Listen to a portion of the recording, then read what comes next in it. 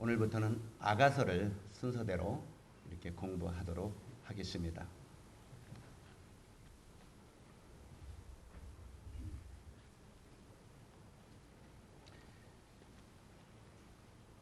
우리가 아가서 1장 1절에서부터 마지막까지 교독을 하도록 하겠습니다. 솔로몬의 아가라.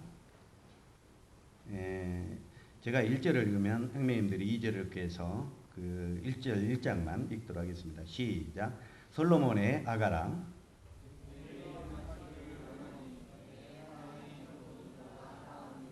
내 기름이 향기로워 아름답고 내 이름이 쏟은 향기름 같으므로 처녀들이 너를 사랑하는구나.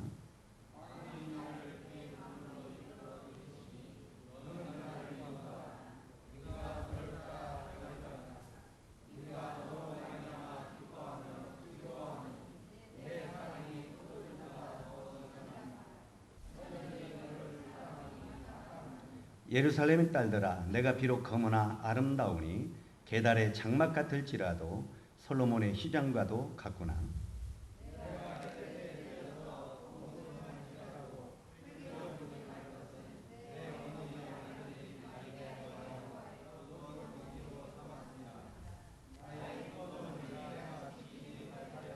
내 마음으로 사랑하는 자야, 내가 양치는 곳과 정오에 쉬게 하는 곳을 내게 말하라. 내가 내 친구의 양떼 곁에서 어찌 얼굴을 가린 자같이 되랴.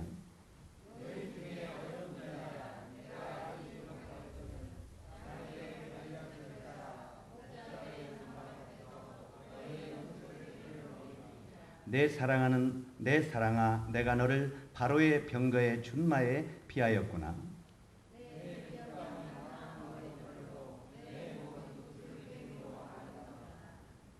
우리가 너를 위하여 금사슬에 은을 박아 만들리라.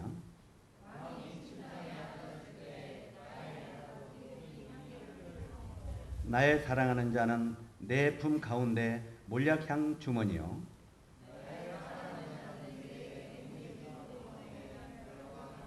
내 사랑아, 너는 어여쁘고 어여쁘다. 내 눈이 비둘기 같구나.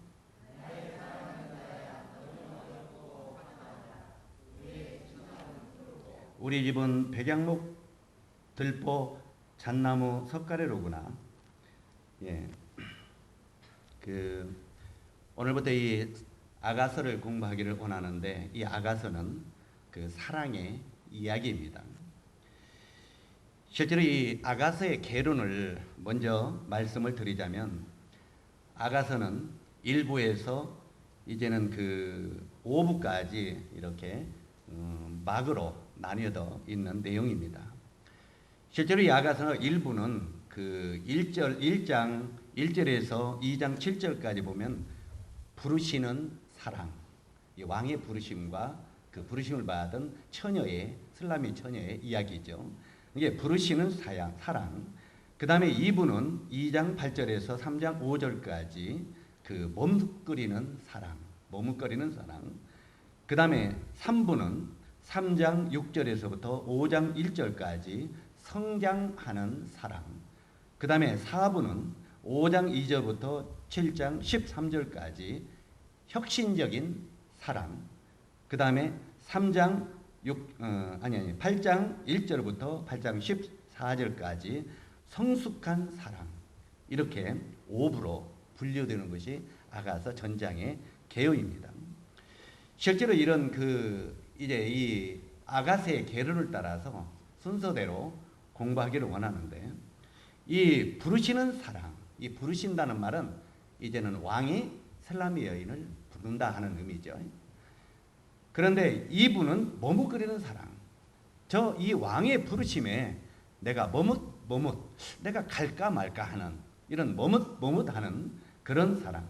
예를 들어서 누가 아주 참 좋은 그런 신랑들 사람이, 참 멋진 사람이 나에게 프로포즈를 했을 때 바로 간다고 합니까? 내가 갈까 말까 하고 머뭇거리는 사람. 그 다음에 3부는 이제는 그 결정을 하고 이제 그 안에서 성장하는 사랑. 그 다음에 4부는 이제는 성장하면서 혁신적인 사랑. 말하자면은 성숙한 사랑이죠. 바로 5부는 이제 완전하게 무르익은 성숙한 사랑, 이렇게 분류해 가는 것이 바로 아가서의 전장의 개론입니다. 그래서 이 아가서는요, 두 가지 흐름과 분별이 있는데 이 길갈의 교훈과 베델의 교훈이 있습니다. 우리 그전에 이런 거 공부 많이 했죠. 길갈, 그 엘리야가 엘리사를 교훈할 때 길갈에서부터 이제는 그 훈련시켰다고 그랬죠. 이제 길갈에서부터 시작했는데 하나님이 나를 어디로 부르신다고 했습니까? 우리 열왕기상 2장에 보면은, 열왕기하 2장에 보면은 하나님이 나를 이제는 베델로 부르신다. 그러니까 이 엘리사가 엘리야에게 뭐라고 했습니까? 내 아버지여, 나도 여기에 길갈에 머물지 아니하고 나도 이제는 베델로 올라가겠나이다. 이제 베델로 올라갑니다. 베델에서 이렇게 주님과 교제하던 엘리야가 이제 하나님이 나를 여리고로 인도하신다, 이렇게 말합니다. 그러니까 내 아버지여, 내가 여기에 머물지 않고 아버지를 따라서 나도 여리고로 가겠나이다. 이게 여리고에 있던 그 엘리야가 나중에는 뭐라고 말합니까? 하나님이 나를 요단으로 인도하신다. 그러니까 내 아버지가 나도 요단으로 가겠나이다. 이 엘리사가 그 영적인 아버지인 엘리야를 따라서 요단까지 들어갑니다. 우리가 잘 아는 대로 요단은 죽음의 강이죠. 그래서 바로 이 죽음의 강 요단까지 갑니다. 거기에서 이제 이 엘리야를 하나님이 하늘로 부르시죠.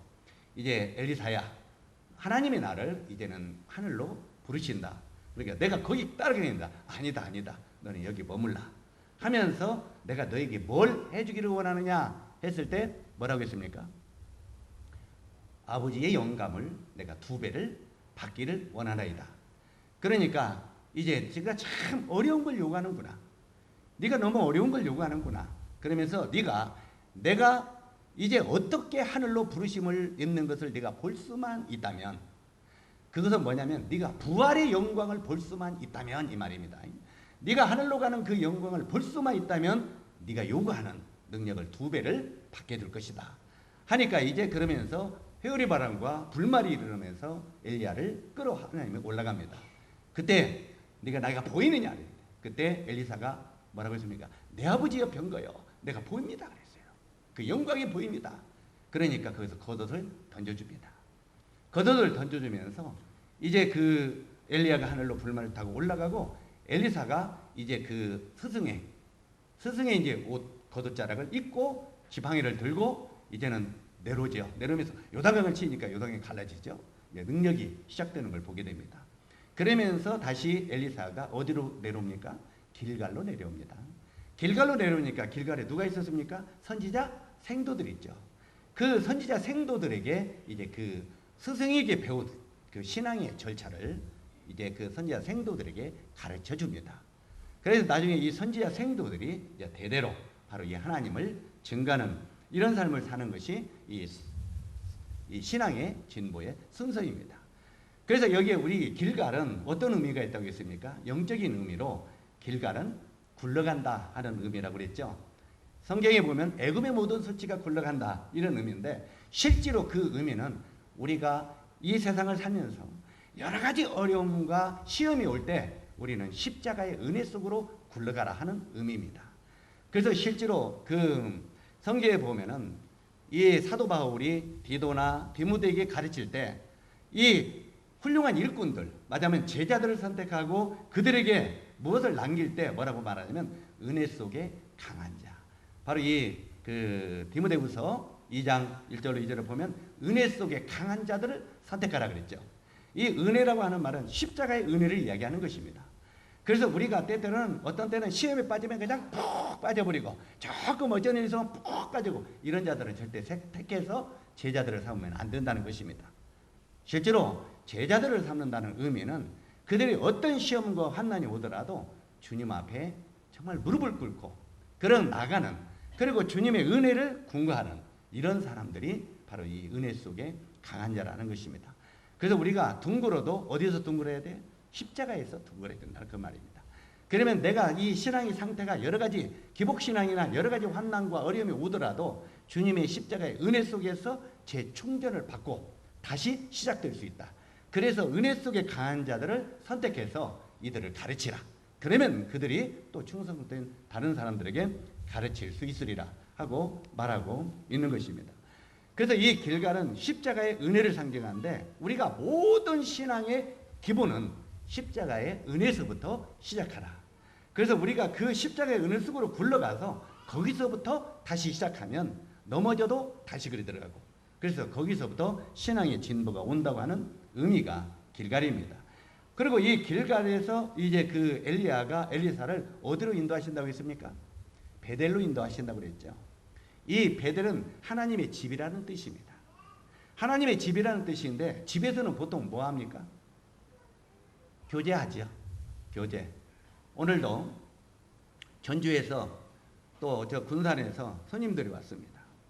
우리 영비자매님 아버님 이승환 형제님하고 어떤 분 모시고 왔고, 또 군산에서 와가지고 제가 이제 바깥에 있는데 차 한잔 드시게 안으로 들으세요.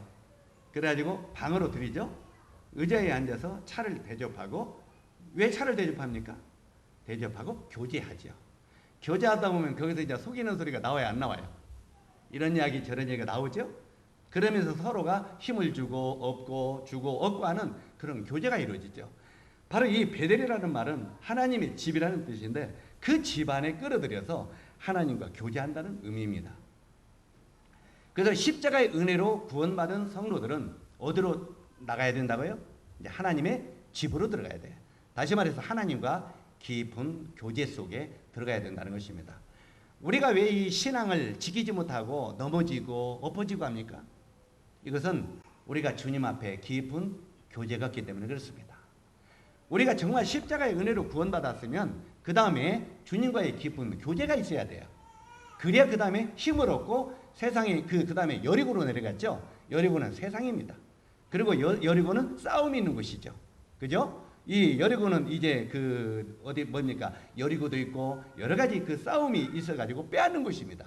그런데 여리고의 싸움은 믿음으로 싸우는 싸움이어야 된다는 것입니다. 여리고에서 육신으로 싸우면 결코 승리를 하지 못하고 넘어집니다. 그렇기 때문에 여리고는 믿음이 요구되는 것이고 믿음으로 행하면 여리고도 정복할 수 있다. 그래서 우리가 베델의 깊은 교제가 있어야, 영적으로 힘을 얻어야 그 다음에 여리고로 내려가서 싸움을 해도 믿음으로 이길 수 있다 하는 그런 영적인 교훈이 우리에게 있는 것입니다. 자, 이제 여기까지 마치고, 여기 지금 이 아가서에도 이 베델과 그 길갈의 그 교훈이 이 속에 다 들어 있습니다. 이 길갈의 교훈과 베델의 교훈이 다 있는데 이번 그 각도에서는 각별히 지금부터는 다루기를 원하는 것은 이 베델의 교회, 베델 교제. 이 베델 곧 하나님의 집에서의 교제를 이제 이 아가서를 통해서 쭉 풀어 나가기를 원합니다. 바로 여기에 나오는 이 솔로몬은 구속과 부활의 그림자입니다. 이 여기에 나오는 왕, 이 아가서에는 왕, 이건 솔로몬을 이야기하는데 이 솔로몬의 왕은 구속과 부활의 그림자이고 평화의 왕, 만왕의 왕, 곧 예수 그리스도의 그림자입니다. 예를 들어서 여기에 나오는 이 솔로몬의 이야기는 만왕의 왕 되신 바로 예수 그리스도의 이야기이고, 그 다음에 여기 나오는 이 슬라미 여인의 이야기는 곧 오늘날 신부된 교회의 이야기다 하는 말입니다. 이해 가십니까? 그래서 바로 이 그 솔로몬 왕과 슬라미 여인의 관계에 관한 이야기는 오늘날 우리가 영적인 의미로 신랑 되신 만왕의 왕 예수 그리스도와 그 다음에 신부된 바로 교회의 이야기라고 하는 것입니다. 그렇기 때문에 여기서 이 솔로몬 왕이 그 신부된 슬라미 여인을 어떻게 대하고 있고, 그 다음에 이 슬라미 여인이 왕되며 신랑되는 이 솔로몬 왕을 어떻게 대하는가를 우리가 비교해 보면서 바로 왕 되신, 만왕의 왕 되신 예수 그리스도가 교회를 어떻게 대하고, 또 이 신부된 교회들이 그 신랑되는 왕을, 신랑 되신 예수 그리스도를 어떻게 대하는가, 이런 것들을 이 아가서를 통해서 우리가 교훈을 받을 수 있다고 하는 것입니다. 자, 그러므로 여기에 보면은 이제 이 아가서는 영광의 그 주님과 신부된 교회의 관계를 묘사하고 있는데, 옛날 그 시바 여왕이요, 그 에디오피아 여왕이었죠. 이 에디오피아 여왕이었었는데 이 시바 여왕이 솔로몬의 위대한 행적에 대해서 전해지는 말을 수없이 귀로 들었습니다. 야, 저기 이스라엘에 그 솔로몬 왕이 있는데 그는 지혜가 좋고 그는 참 정말 그 영광스럽고 굉장히 그 정말 힘도 세고 아주 굉장히 평화로운 그런 인격을 갖춘 지혜로운 그런 왕이라고 하는 말을 이 스바 여왕이 수없이 들었습니다. 그런데 말로만 듣고는 실제로 모르잖아요. 그래서 어느 날 이제 이 스바 여왕이 생각을 합니다. 내가 이렇게 귀로만 들었는데 그 왕을 진짜 한번 내가 만나봐야겠다 하고 뭐냐면 여기 시바 여왕이 에디오피아에서 약 그 이말리 왕복 이말리니까 약 이 병거로 2달을 동안을 왔다 갔다 하는 거리예요. 그 먼 거리를 이제는 스바 여왕이 예루살렘 향하여 오지요. 와가지고 나중에 그 시바 여왕이 솔로몬 왕을 만납니다. 그런데 마침 그때 시바 여왕이 왔을 때 솔로몬이 뭐 하고 있었습니까? 재판하고 있었죠. 예? 재판하고 있었죠.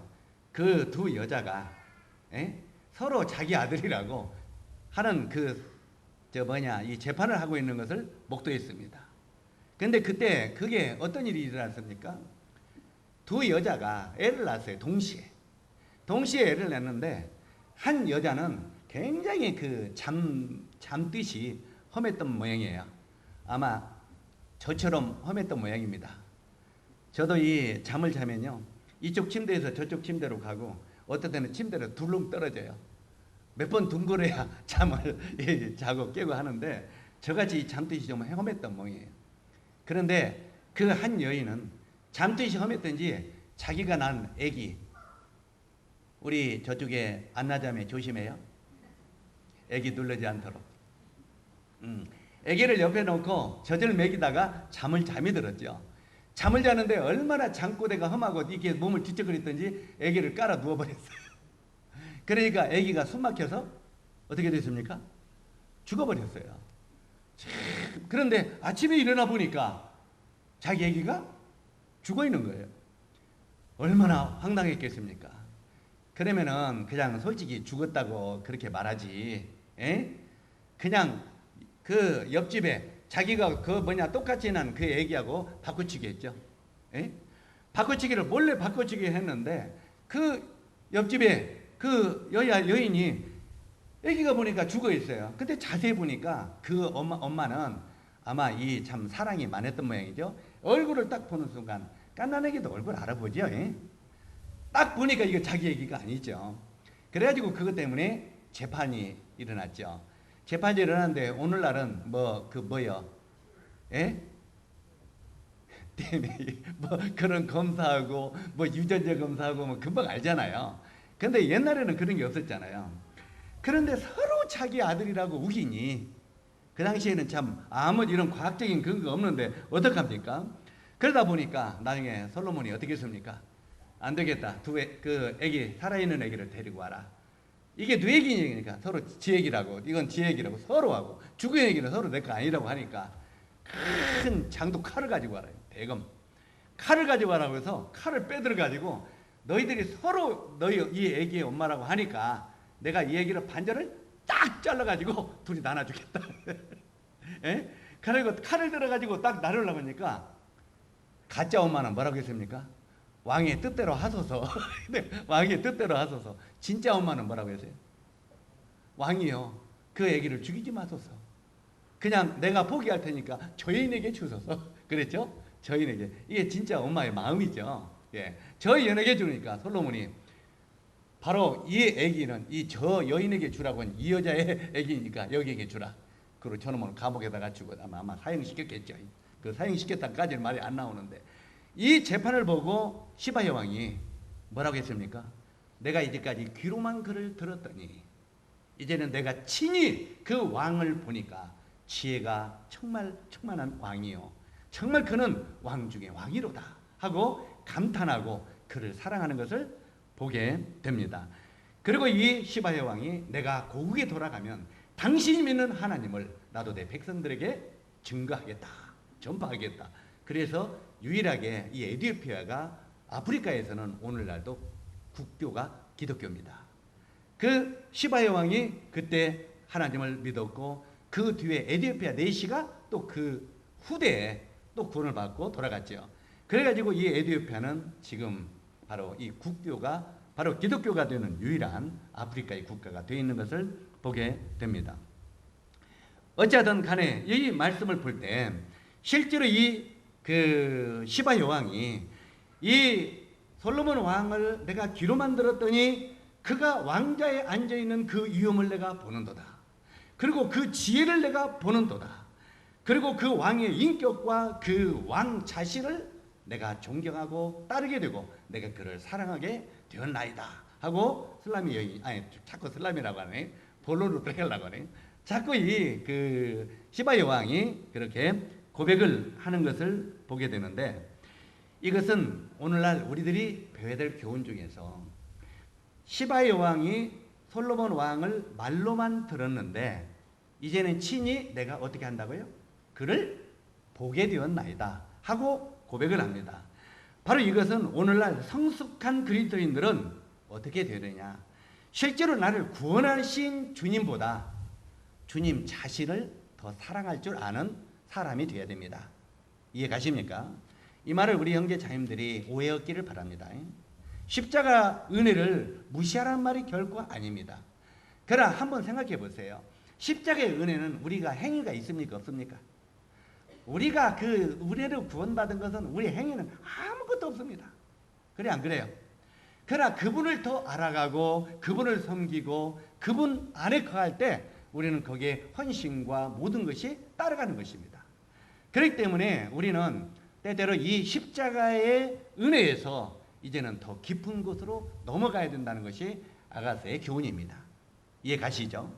그래서 우리가 때때로는 예배 시간에 십자가에만 머물러 있는 것은 그건 초보에 머물러 있는 것입니다.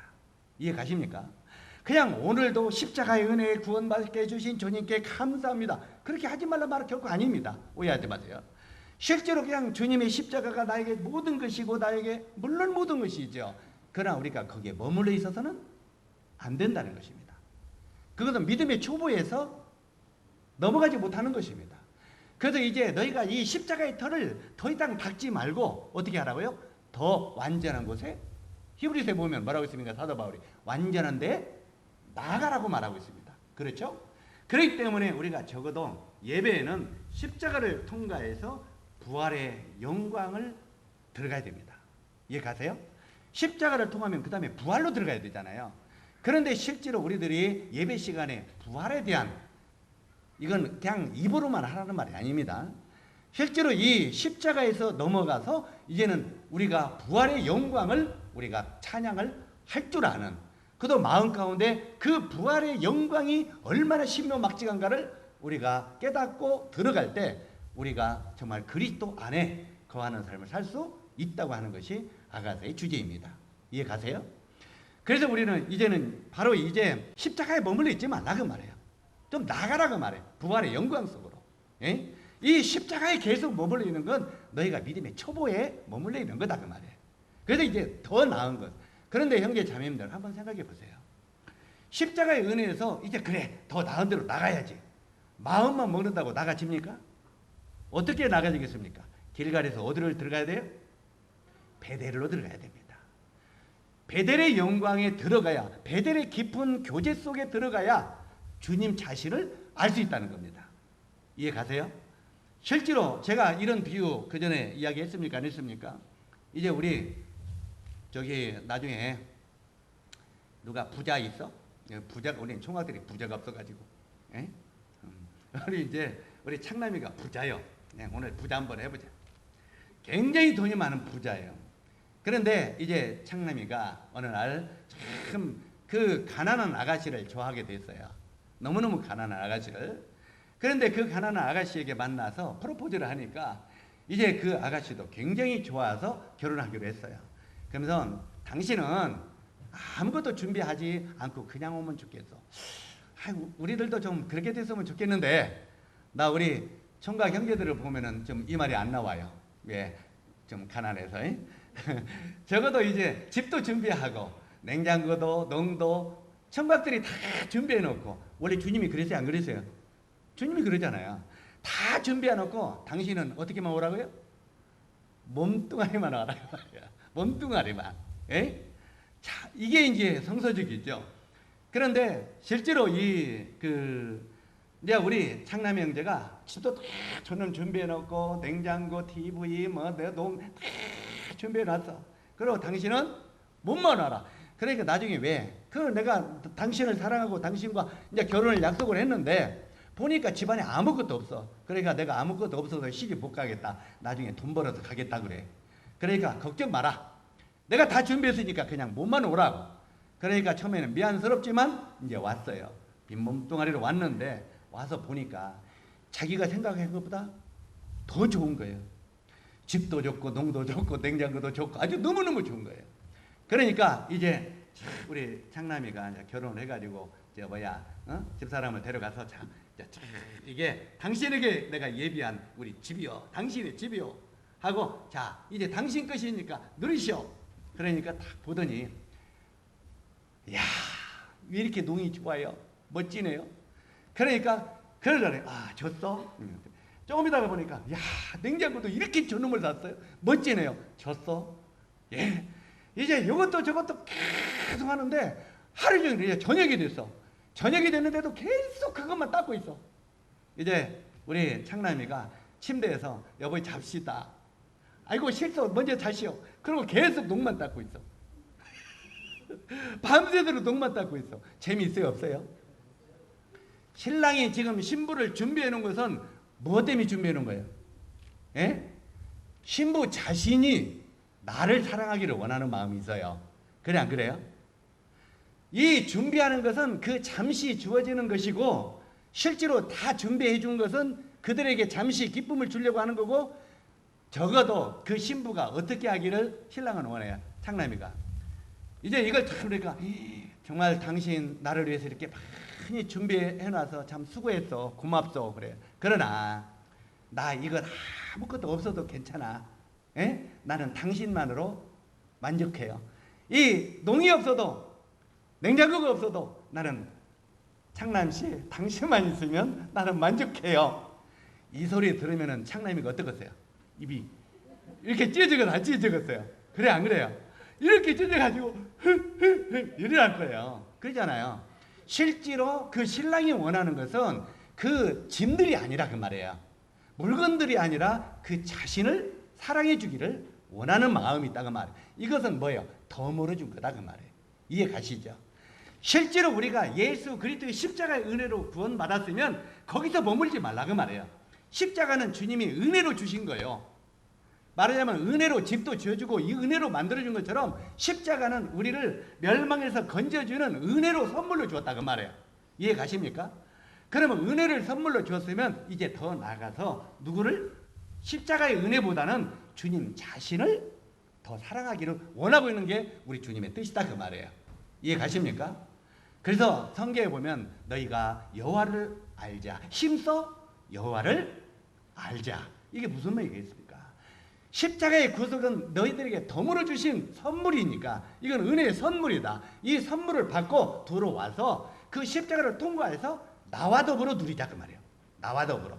이게 주님의 깊은 뜻입니다.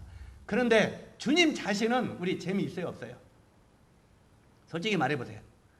주님 자신은 별로 재미없어요. 아까 이야기했듯이 신랑 되신 창남 형제는 별로 재미가 없어.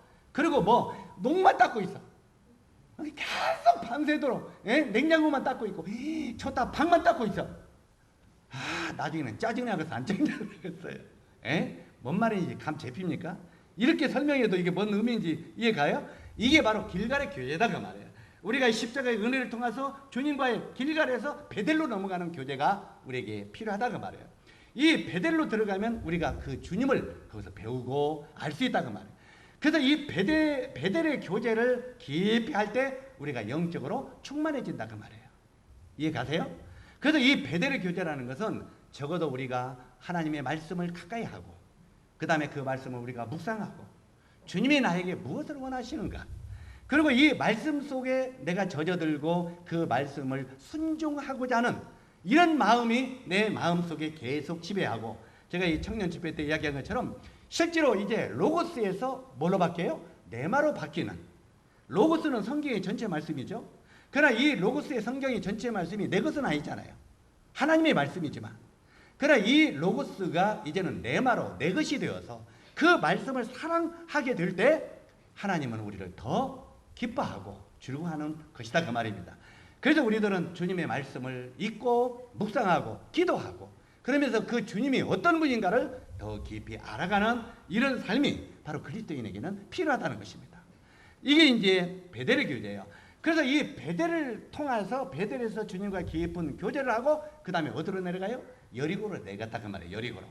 여리고는 뭐가 있는 곳이라고요? 전쟁이 있는 곳이에요. 싸움이 있는 곳이에요. 우리 하나님께서 너희는 여리고에 들어가거든, 그 가나안에 들어가거든 거기 사는 백성들을 쳐서 물리치라 그랬어요. 이기라고, 싸우라는 거예요. 싸우라. 그러는데 어떻게 싸우라? 나를 의지하고 믿음으로 싸워라, 그 말이에요. 너희가 믿음으로 싸우면 어떻게 돼요? 승리가 주어진다는 거예요. 그런데 너희가 육신으로 살면 너는 그 싸움에 지게 된다는 거예요. 그래서 바로 여기 그 여리고의 그 싸움은 바로 믿음의 싸움이에요. 그래서 이 여리고 그 도성을 믿음으로 돌았을 때 어떻게 됐습니까? 거기에 우리가 잘 기억해야 될 것은 여호수아가 무너뜨렸어요? 하나님이 무너뜨렸어요? 하나님이 무너뜨렸어요. 단 사람은 하나님의 말씀에 순종하고 믿음으로 순종을 했을 따름이다, 그 말이에요. 그러니까 믿음으로 순종하면 승리가 보장되는 것이 여리고라, 그 말이에요. 그렇기 때문에 이 베델의 깊은 교제를 통해서 바로 엘리야가 엘리사에게 하나님의 나를 어디로 보낸다고요? 여리고로 보낸다. 여리고의 싸움. 그러니까 영적으로 충만한 걸 가지고 가서 세상의 싸움을 싸울 때 우리가 승리할 수 있다는 거예요. 그런데 많은 분들이 어떻게 하라고 하느냐, 길갈에서 구원을 받았어요. 그런데 베델의 교제를 않고 여리고로 바로 통박 뛰어가려고 해. 그래가지고 내가 뭔가 싸워서 이겨보려고. 그런데 심리도 못 가서 발병나. 그냥 콱 깨져버려. 왜요? 내 안에 성령 충만함이 없기 때문에 그랬어요. 그래서 너는 성령 충만함을 얻어라. 성령이 너를 인도하게 하라. 너희가 그리스도 안에 거하라. 주님이 너를 싸우게 하라. 네가 주님이 너를 이끌어가게 하라. 그분의 주권을 인정하라. 계속 가르치는 것이 그런 말이에요. 그런데 그걸 통과하지 않냐고 바로 열이 가서 뭔가 내 힘으로 이겨보려고 하니까 이겨요? 안 이겨요? 못 이기는 거예요. 전도도 마찬가지입니다. 전도도 내 힘으로 해보려면 영혼들이 안 변하는 거예요. 때때는요, 어떤 사람들이, 이 전도자들이 굉장히 교만한 게 있어요. 저부터요. 어떤 교만이 있느냐면, 내가 이번에 전도해갖고 몇 명 누가 구원받았어. 이건 진짜 위험한 겁니다. 우리가 이 구원시킬 수 있어요, 없어요? 없어요. 내가 이번에 전도했는데 그 영혼이 다 구원받았어. 그럼 내가 하나님이요? 내가 하나님 자리에 들어가는 것입니다. 이건 굉장히 위험한 거예요. 실제로 우리들은 하나님이 나를 도구로 써서 입을 열어 복음을 전하게 했을 따름이지 영혼을 구원하는 것은 성령이 하시는 거예요. 이해 가십니까? 이걸 우리가 오해 없기를 바랍니다. 그렇다고 우리가 전도하지 말라는 말은 아니에요. 우리가 전도할 때 내 힘으로 하지 말고 뭘 힘으로? 주님을 의지하는 믿음으로 행하라는 거예요. 그러면 주님이 우리를 이기게 해주신다는 거예요. 이해 가시죠? 그래서 성령이 구원시키고 성령이 그들을 변화시키는 거지 내가 하는 게 아니라 그 말이에요. 그런데 우리가 왜 영혼이 때려도 그들이 변화가 안 일어나냐? 내 노력으로 하기 때문에 그래요. 내 힘으로 하기 때문에. 내가 하기 때문에. 전도자들이 제일 위험한 것이 내가 몇 명 전도시켰다. 옛날에 전도자들이요, 저를 포함해서 그렇습니다. 이번 집회에 내가 전해서 몇 명이 구원받았어. 그 사람들 하나도 모임에 제대로 서 있는 사람이 없어요. 다 넘어졌어요. 다 실패했어요. 절대에게 우리는 주님 앞에 엎드려서 그분이 나를 대신해서 일하게 하도록 하는 것이 바로 주님을 의지하고 그분의 주권을 인정하는 삶이라는 것입니다. 자, 이런 것들이 이렇게 그리스도 안에 그 베델을 통해서 거리 가라. 그리고 이제는 그 여리고에서 싸움을 싸우다가 이제는 요단으로 가잖아요. 요단으로 가가지고 하늘로 올라가는데 그 엘리사가 따라간다고 그랬어요. 하늘나라까지. 이게 아니다. 너는 여기까지다. 그리고 다시 가라. 그리고 이 과정을 너희 제자들에게 가르치라 그 말이에요. 그래서 실제로 이 엘리사가 하늘나라의 그 부활의 영광을 바라봤을 때 그는 능력 있는 충만한 삶을 살아서 바로 이 아버지 영감, 바로 이 엘리야의 영감의 2배 기적을 행하고 이 땅을 떠났습니다. 그 말대로 된 거죠. 이런 것들이 지금 이렇게 구체적으로 이야기했는데 이것들이 이 아가서의 지금 바로 이 그분과의 교제가 어떤 것인가를 우리들에게 보여주고 있는 장면이다 그 말입니다.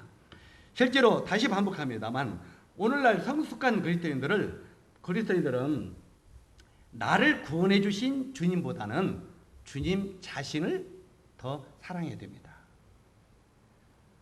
이게 이해가 됩니까? 안 됩니까? 뭐 말인지 깨달아져요? 나를 구원해 주신 주님보다는 주님 자신을 더 사랑하라 그 말이에요. 이해가시죠? 아까 오직하면 우리 창남이 지금 비유까지 이야기를 했어요.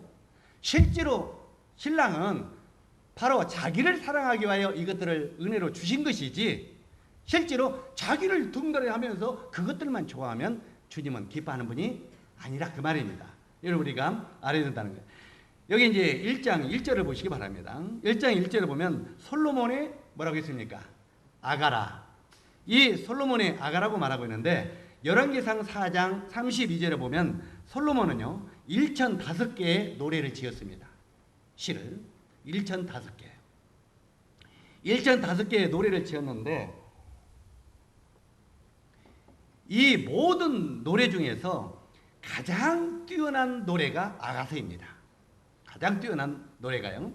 이 뛰어난 것이 아가서인데 그래서 이 아가서를 뭐라고 말하냐면 노래 중에 노래다 이렇게 말을 해요. 예? 한번 따라서 하세요. 아가서는 노래 중에 노래라. 실제로 이 아가서는 노래 중에 노래라고 말합니다. 다시 말해서 이 성소 깊은 곳을 지성소라고 부르고 주님을 왕 중의 왕으로 부르듯이 이 아가서를 그렇게 부르고 있다는 말입니다. 우리가 이 아가서를 보기 전에 이 아가서 앞에는 뭐가 있습니까? 책이? 예? 전도서가 있죠. 이 앞에 전도서는 헛된 것을 설명한 책이 전도서입니다. 그죠? 이 헛된 것을 설명한 책이 전도서이고 이 아가서는 방황에서 사랑을 통해 안식과 만족을 얻는 것을 가르치는 책입니다. 그리고 또 전도서는 그릇된 길을 헤매면 그 결과 모든 행위가 헛된 것을 가르치고 있고 바로 이 아가서는 올바른 길을 밟아 그 결과 휴식과 행복을 찾아 누리는 것을 가르치고 있는 것이 아가서입니다. 그러니까 이 전도서와 아가서는 극과 극을 양면을 지금 우리들에게 이야기한 것이다 그 말입니다. 실제로 여기에 우리 많은 사람이 열망을 한다 그러죠. 열망. 그런데 이 열망은 이 아가서 전체의 핵심을 말하는 내용입니다. 열망한다, 갈망한다 이런 말 있잖아요. 이 아가서 전체의 핵심을 말하는 내용인데 우리가 이 누가복음 15장 21절 이하를 쭉 보면은 그 아버지 때는 탕자가 나오죠. 이 탕자가 나중에 회개하고 돌이키죠. 회개하고 돌이켰을 때 저쪽에 이제 그 탕자가 보여요. 그러니까 아들아 하고 아버지는 아들은 지금 아버지를 몰라보는데 아버지는 벌써 보죠. 아버지가 뒤에 나옵니다. 그러면서 그러니까 아버지를 보고 이제 달려나가서 둘이 끼어앉습니다. 그리고 이 둘이 끼어앉고 이 아버지가 그 아들의 목에다가 입을 맞췄다고 말하고 있습니다. 그죠? 아버지가 아들의 목에 입을 맞췄다는 거예요. 실제로 이 입 맞춘다는 뜻이요. 이 언어에 보면은 용서한다는 의미입니다. 이해 가십니까? 그래서 너는 내가 그 아들을 붙들고 그냥 목에 입 맞출 때 아들아 너 나한테 입 맞춰봐 할 말 없다. 내가 너를 용서했다 그냥 이 말이에요. 그러니까 이 탕자가 돌아왔을 때 입 맞춤은 용서한다는 표현인데 이 슬라미 여인에 대한 왕의 열렬한 사랑이 여기 보니까 뭐라고 기록되냐면 내가 너에게 입 맞추기를 원하노라 이렇게 말하고 있어요. 그죠? 여기 이 왕이 슬라미 여인에게 내가 너에게 입 맞추기를 원한다. 그래서 우리 형제 자매님들은요 이 입 맞추기를 원한다는 말은 내가 너를 용서하고 너를 나의 신부로 받아들이기를 원하노라 하는 그런 의미로 받아들이면 좋겠습니다. 실제로 여기에 슬람미 여인에 대한 왕의 열렬한 사랑이 임하시기를 원하는 것인데, 구원해 주셨기 때문에 우리가 사랑하는 것이 아니라 그분 자신, 바로 이 예수 그리스도 그분의 자신을 사랑하고 사랑받고 하기를 원하는 영적 추구가 바로 입맞춤이라 그 말입니다. 우리 형제 자매님들은 이 주님에 대한 추구와 영적인 성숙하고자 하는 열망이 없다면 이 아가서는 노래 중에 노래가 될 수 없습니다. 다시 반복합니다만, 우리가요 실제로 주님에 대한 추구, 제가 이번에 저 청년 캠프 마지막 시간에 그런 이야기를 했어요. 우리가 주님 앞에, 정말 나를 구원하신 주님 앞에 우리가 서원 한 번도 못 해보고 산다면 그건 정말 째째한 인생을 살아간 거 아니냐 이야기했어요. 그러면서 여러분 하나님 앞에 오늘 서원하지 않겠느냐 그랬어요. 내가 앞으로 주님 앞에 이렇게 살고 이렇게 드리겠습니다 하고 하나님 앞에 서원하지 않겠느냐고 이야기한 적이 있습니다. 적어도 우리 형제 자매님들도 주님 앞에 우리 서원 한 번씩은 해봐야 되지 않겠습니까? 그래 안 그래요? 주님, 정말 주님이 나를 사랑하사 이게 나를 생명을 구원해 주셨는데 정말 내가 주님 앞에 이렇게 살고 싶습니다. 그리고 이렇게 살도록 주님 도와주십시오. 그리고 이렇게 살기 주기를 내가 맹세합니다. 우리 적어도 주님 앞에 그런 서원을 한 번쯤 해봐야 되지 않겠느냐 그 말이에요. 이런 서원 한 번도 안 해보고 산다는 것은 우리가 어떻게 보면 비극입니다. 구원받은 성도들의 비극입니다. 적어도 주님 앞에 내가 이렇게 살겠다고 하는 그런 서원을 우리가 할 수 있었으면 참 좋겠습니다. 다시 반복합니다만, 여기에 형제 자매님들의 주님에 대한 추구, 그 다음에 영적으로 성숙하고자 하는 열망이 없다면 이 아가서는 노래 중에 노래가 여러분에게 되어주지 못한다는 것입니다. 실제로 우리가 주님을 추구하고 정말 주님을 경외하고 정말 그분 안에서 내가 성숙하고자 하는 이런 열망이 있을 때 바로 이 아가서는 나에게, 우리에게 바로 노래 중에 노래가 되어진다는 말입니다.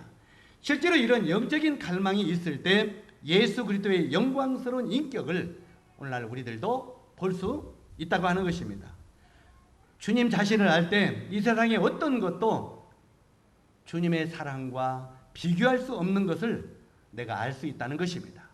다시 반복하면, 우리가 주님을 깊이 모르면, 주님 자신을 깊이 몰면 실제로 이 세상 것이 더 크게 안 보이겠습니까? 우리가 이 성경을 읽다 보면 우리 주님이 그걸 깨닫게 하려고 수없이 많은 비유를 말하고 있어요. 어떤 비유를 하느냐? 어떤 장사꾼이냐? 진주를 사는 장사꾼이, 이런 내용이 있어요, 없어요? 자, 어느 가다가 보니까 이렇게 큰 진주가 있어. 진주가, 이렇게 큰 진주가. 이렇게 보니까 진짜야. 그러니까 이 진주를 사는 장사꾼이 이렇게 보니까 이건 100억짜리다 그 말이에요. 100억짜리. 그런 100억짜리인데 이 진주를 가진 사람은 이게 100억짜리인지를 몰라. 그러니까 이 진주 가진 자가 그거 얼마냐 물어봐가지고 자기 집에 작은 진주 짠좀 보석 집안 재산을 팔아버려. 그래 다 팔아봐도 이건 100억짜리인데 그거 10억도 안 되겠죠. 10억도 안 되는 재산을 가지고 그놈을 주고 이 진주를 샀어요. 왜요? 이 가치를 알면은 자기 것이 귀해요, 안 귀해요? 이것을 내 것으로 만들기 위한 갈망과 열망이 있다면 자기 것이 귀하겠어요? 안 귀하겠어요? 자기 집에 있는 건 아무것도 아닌 것 같이 보이는 거예요. 그렇지 않겠어요? 이건 100억짜리고 집에 있는 건 10억이요. 그러면은 이것을 귀한 걸 알면 이 10억이 귀하게 보이겠느냐 그 말이에요. 이건 전부 정리해버리고 이것을 살려고 하지 않겠느냐. 또 이 진주 장사는 이것을 샀느니라 이렇게 말하고 있어요. 또 뭐라고 말합니까? 또 다른 비유를 이야기하고 있죠. 어떤 농부가 쟁기질을 하고 있다. 쟁기질을 하다 보니까 뭐가 덜커덩 오고 너무 밭을 지금 쟁기질 하는데 밭에 걸려.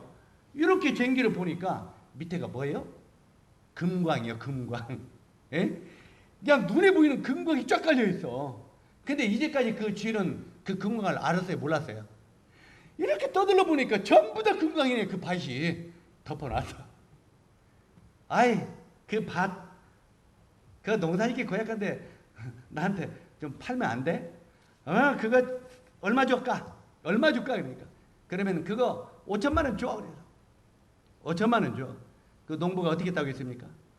얼른 집에 가서 모든 자기가 가진 재산을 정리해서 그 밭 하나를 주고 자기 집이고 다 주고 샀다 그 말이에요. 에? 왜요? 그 농부가 볼 때는 밭의 재산은 100억이요. 근데 자기 집은 5천만 원도 안 돼. 5천만 원짜리 다 팔아가지고 이 100억짜리를 사지 않겠느냐 그 말이에요. 뭔 말인지 이해가십니까?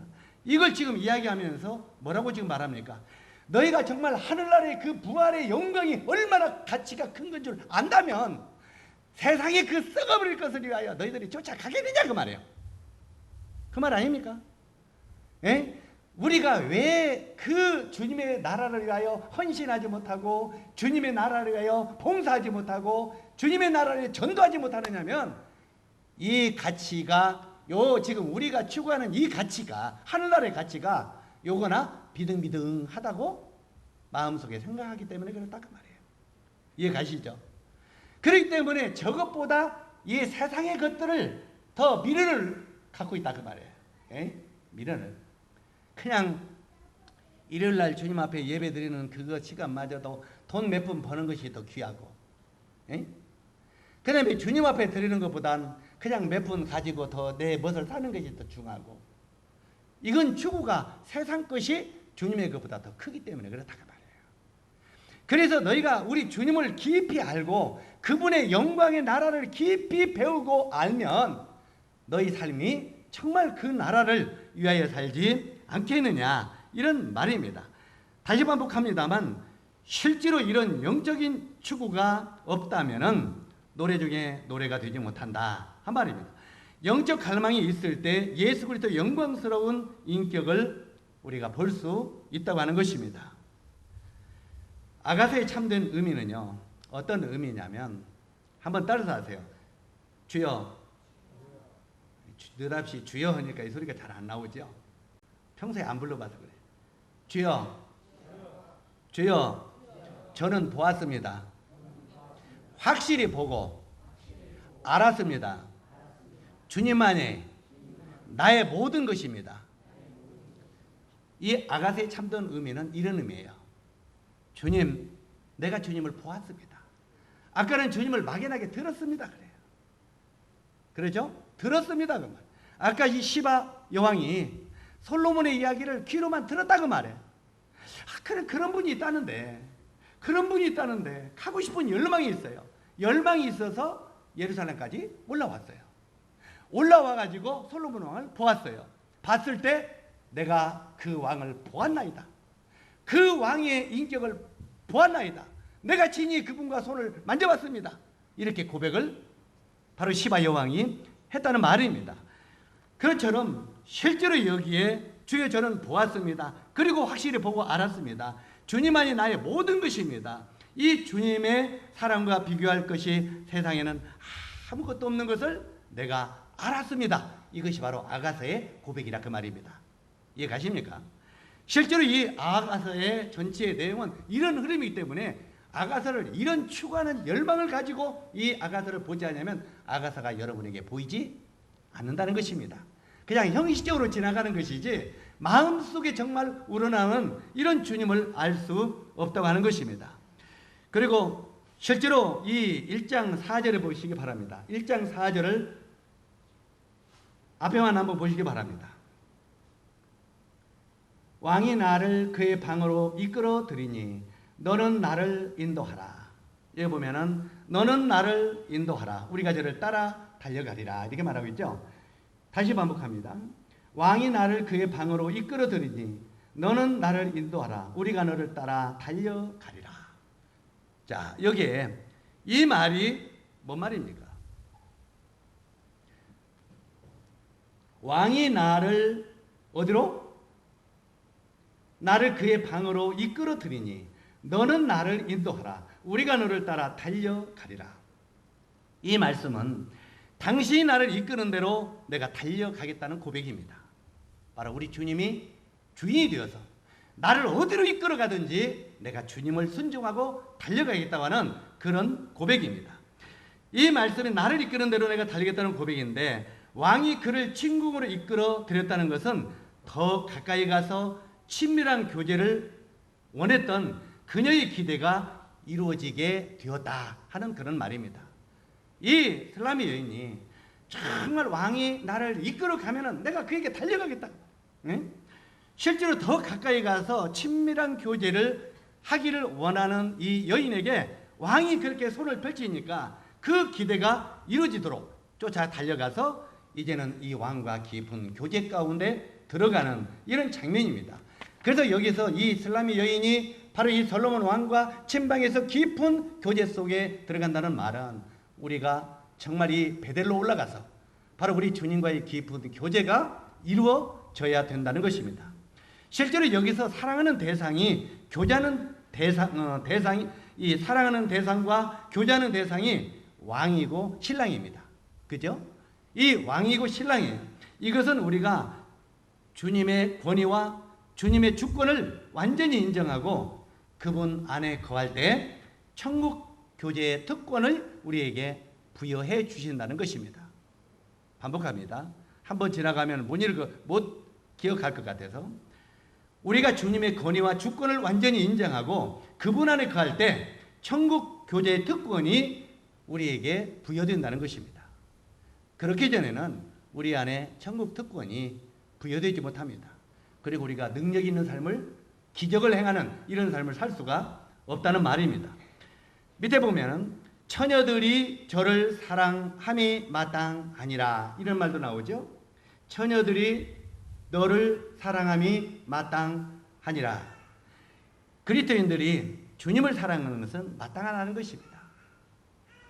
여기에 우리 그리스도인들이 주님을 사랑하는 것은 마땅한 거 아닙니까? 당연한 거 아닙니까? 그리고 1장 5절로 10절에 보면은 예루살렘 여자들아, 여러분 예루살렘 여자들이 등장합니다. 이 예루살렘 여자들아 하고 예루살렘 여자들이 등장하는데 여기 나오는 이 예루살렘 여자들을 보면은 분명히 그리스도인들인 것을 말하고 있습니다. 이 그리스도인들인 것을 말하고 있는데 그러나 이들은 미지근해가지고 주님을 향한 강한 추구를 가지고 있지 않은 사람들을 말합니다. 다시 말하면 그들은 구원받은 걸로 만족하는 사람들이 있다는 것입니다. 오늘날 우리 하나님의 몸된 교회도 우리가 구원받은 걸로 만족하는 분들 없어요? 나는 이제 구원받았으니까 죽어도 하늘나라에 가게 됐으니까 주님을 믿으니까 그냥 구원받은 그걸로 만족하는 우리들이 없느냐 그 말입니다. 여기는 바로 이 예루살렘의 여자들아 하는 이 예루살렘 여자들이 정말 신부는 신부인데 미직지근한 이런 신부들을 지금 말하고 있습니다. 그런데 이 슬라미 여인은 왕국의 침실에 들어갔을 때 발견한 사실이 있는데 자기가 검다는 것을 깨달았습니다. 이 슬라미 여인이 이제 왕이 침궁에서 그를 불렀어요. 그런데 슬라미 여인이가 그에게 달려가고 싶다는 마음이 있었죠. 그리고 달려갔어요. 그 왕국에 들어갔어요. 아마 왕국에 들어가니까 거울이 있었는지 어쩌는지 모르겠습니다만 거기서 이 슬라미 여인은 저 들에서 그냥 막 그 양이나 키우고 막 포도원이나 지키고 이런 여자예요. 그러니까 막 이 몸뚱아리가 햇빛에 따가지고 거무스레하게 탔어요. 그런데 이가 자기가 모르죠. 자기 몸을 우리가 거울이 하나도 없으면 볼 수 있어요, 없어요? 그런데 왕국의 침상에 불려서 가보니까 자기 몸이 검다고 하는 것을 알게 됐다는 말이에요. 실제로 여기에 보면은 이 왕궁의 침실에 들어갔을 때 자기가 자기 자신을 발견한 것이 검다는 것인데 우리가 주님과 깊은 교제스럽게 들어갈 때 사실은 우리들은요 본질이 주인인 것을 더 발견하게 됩니다. 다시 말해서 내가 주님 안에 들어가서 교제하면 교제할수록 내가 뭐 어떻게 막 힐링해지는 게 아니라 내 자신이 너무 추한 것인 것을 너무너무 추하다는 것을 그분을 알면 알수록 더 깨닫게 됩니다. 우리가 그 베드로를 보면은 베드로가 그 주님이 배 오른편에 그물을 내리라고 했잖아요. 부활하신 주님이요. 이게 배 오른편에 던졌죠? 그물이 나오니까 베드로가 그때 뭐라고 했습니까? 자기는 밤새도록 그물을 내렸어도 한 마리도 잡지 못했던 베드로가 주님이 베드로야 너에게 고기가 없느냐? 없습니다. 밤새도록 그물을 내렸지만 한 마리도 못 잡았습니다. 그래 베드로야, 그 배 오른편에 그물을 내려라. 그때 베드로가 뭐라고 고백했습니까? 뭐라고 고백했어요? 주여, 내가 밤새도록 그물을 내렸지만 한 마리도 잡지 못했습니다. 그러나 주님의 말씀에 의지하여, 이게 굉장히 중요합니다. 주님의 말씀에 의지하여 그물을 내리리다. 자, 이제 그물 내리기, 그는 자 피곤에 지쳐서 안 지쳤어요. 밤새도록 그물을 던졌지만 그가, 베드로는 자기 인간적으로 고기를 잡는 일에 프로입니다. 프로. 그잖아요. 갈릴리에서 평생을 고기를 잡았기 때문에 그는 프로예요, 고기 잡는데. 그런데 프로인 그 베드로가 밤새도록 자기 노력과 애씀으로 고기를 잡았어요. 그런데 한 마리도 잡히지 않았어요. 때때로는 우리가요, 내 인간의 방법과 인간의 노력으로 영혼들을 잡으려고 계속 던지지만 영혼들이 구원받지 아니한다는 것을 깨달을 수 있다는 것입니다. 바로 영혼들이 구원받고 더해지지 않으면, 아하, 내가 육신적으로 행하고 있는 거구나, 이걸 얼른 깨달아야 돼요. 내가 내 애씀과 내 노력과 내 열정과 이걸로 하려고 하는구나, 주님의 힘으로 하려고 하는 게 아니었구나, 이걸 우리는 빨리 깨달아야 돼요. 바로 여기 베드로가 그걸 깨달았어요. 내가 밤새도록 내가 그물을 내렸지만 한 마리도 잡지 못하였습니다. 그러나 주님의 말씀에 의지하여, 이 말은 무슨 말입니까? 주님의 주권을 인정하는 거죠. 주님이 나의 주인 되시고 주님이 나의 왕이 되시고 왕 되신 주님이 내게 명령하는 이 말씀에 제가 순종하기를 원합니다, 이 말이죠. 그래서 주님의 말씀에 의하여 그물을 던졌어요. 그물이 어떻게 됐어요? 너무 많이 잡혀 찢어지게 되었더라 그랬죠.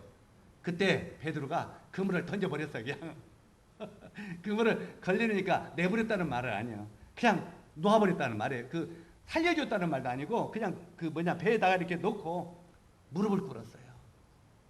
딱 무릎을 꿇어서 뭐라고 했습니까? 주여, 저는 죄인으로서이다.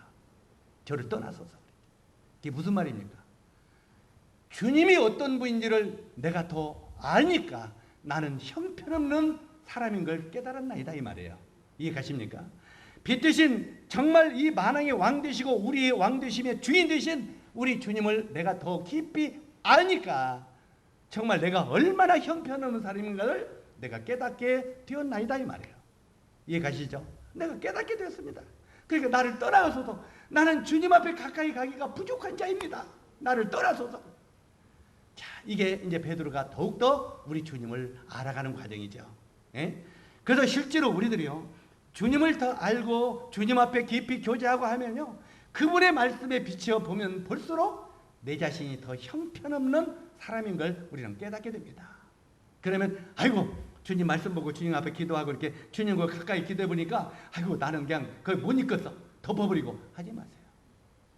정말 내 자신이 형편없는 걸 깨닫는 것은 내가 그만큼 주님 앞에 더 가까이 나갈 때 내 모습이 보이는 것이라는 것입니다. 바로 이 베드로가 그랬어요. 여기 지금 이 본문을 보면은 이 슬라미 여인이 진궁에 들어가니까 자기가 겁다고 하는 것을 깨달았어요. 자기 본질이 죄인인 것을 발견하게 됩니다. 그러면서 뭐라고 고백합니까? 예루살렘 딸들아, 나는 거무나 아름다우니 게달의 장막 같을지라도 솔로몬의 시련과도 같으니. 이게 무슨 의미겠습니까? 예루살렘의 딸들아, 나는 거무나 아름다우니. 우리 때때로 그런 고백합니까? 안 합니까? 참, 나는 형편없는 죄인입니다. 나는 지옥 갈 마땅한 시커먼 죄인입니다. 그러나 내가 감사하는 것은 하나님이 나를 보실 때는 예수 그리스도로 말미암아 의롭다 여기시고 하나님이 나를 보실 때는 아름다운 신부로 봐주십니다. 바로 이런 고백이에요. 그죠? 내가 비록 거무나 내가 아름답다. 내가 형편없는 죄인이지만 하나님의 그 놀라운 은혜 속에 들어가니까 내가 예수 그리스도의 신부로서 얼마나 아름다운 내가 위치해 있는가를 내가 너희가 알면 좋겠다. 우리 그렇게 하면 전도하지 않습니까? 실제로 여기에 예루살렘의 딸들아, 나는 거무나 아름다우니 게달의 장막 같을지라도 솔로몬의 시장과 같으니. 자, 이 빛이 어둠에 비치면 어둠이 드러나듯이 나의 본성은 죄로 검지만 그리스도 안에서 아름다움을 표현하고 있는 그런 내용입니다. 이 계달은 계달의 장막이 나오죠. 이 계달은 어두운 방을 의미하는데 검고 추한 그녀의 태어날 때부터 한 용모, 자기 용모를 지금 이야기하는 것입니다. 1장 6절 내가 햇볕에 쬐어도 거무스름 할지라도 이것은 나의 자신의 지난날 태어나서 자라온 과정을 말합니다. 그러나 주님의 은혜 안에 있는 나는 아름답다고 이렇게 고백을 하는 내용입니다.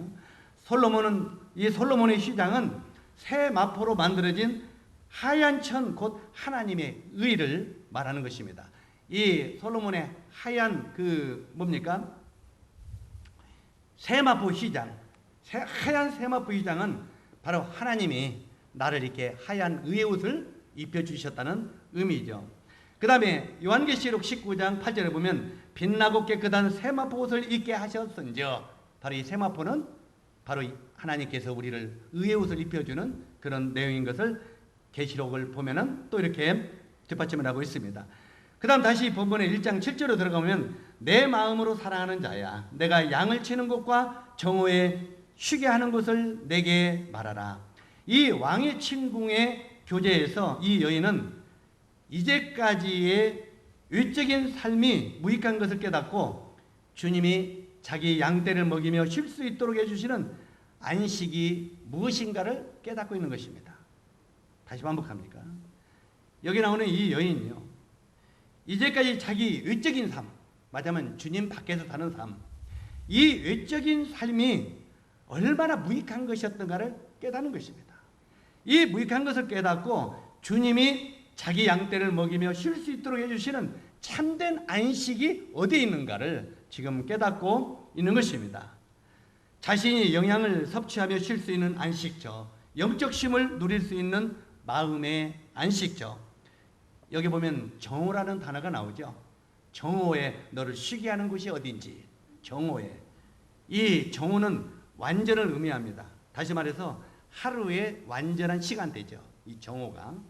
모든 것이 정오로부터 이렇게 나오잖아요. 이 정오는 하루의 완전한 시간대인데 잠언 4장 18절에 보면은 왕의 침상이 의인의 길은 돋는 햇빛 같아서 점점 빛나서 원만한 광명에 이르거니와, 이런 말씀이 있는데, 이 슬람의 여인은 나의 검은 모습으로 어떻게 휴식을 내가 누릴 수 있겠습니까? 하고 묻는 말입니다. 그러나 12절에 보니까 왕의 침상에 앉았을 때 나도 기름이 향기를 품어내는구나, 이렇게 고백을 합니다. 이 말이 뭔 말입니까? 왕의 은혜가 넘치는 침상, 그 안에 거할 때 우리들도 그리스도의 향기가 내 안에서 나가게 된다는 것입니다. 자, 우리가요, 주님의 향기는 내게서 그냥 나가는 것이 아닙니다. 내가 왕국에 거함으로 그와 함께 교제하고 있을 때 실제로 이 솔로몬의 왕국의 놀라운 향기가 슬람의 여인에게 감싸주는 거예요.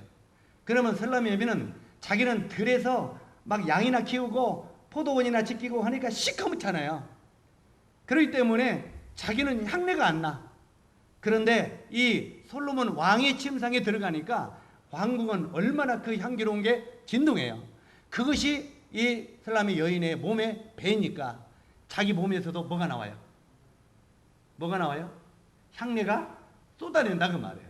그래서 너희 안에 이 마음을 품으라, 곧 그리스도 예수의 마음이니, 우리가 그리스도 안에 거하서 그분과 깊은 교제 속에 있을 때 그리스도의 마음이 우리를 통해서 퍼져 나온다고 하는 의미입니다.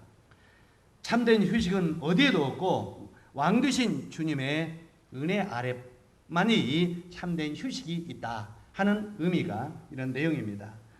오늘 여기까지 하고요.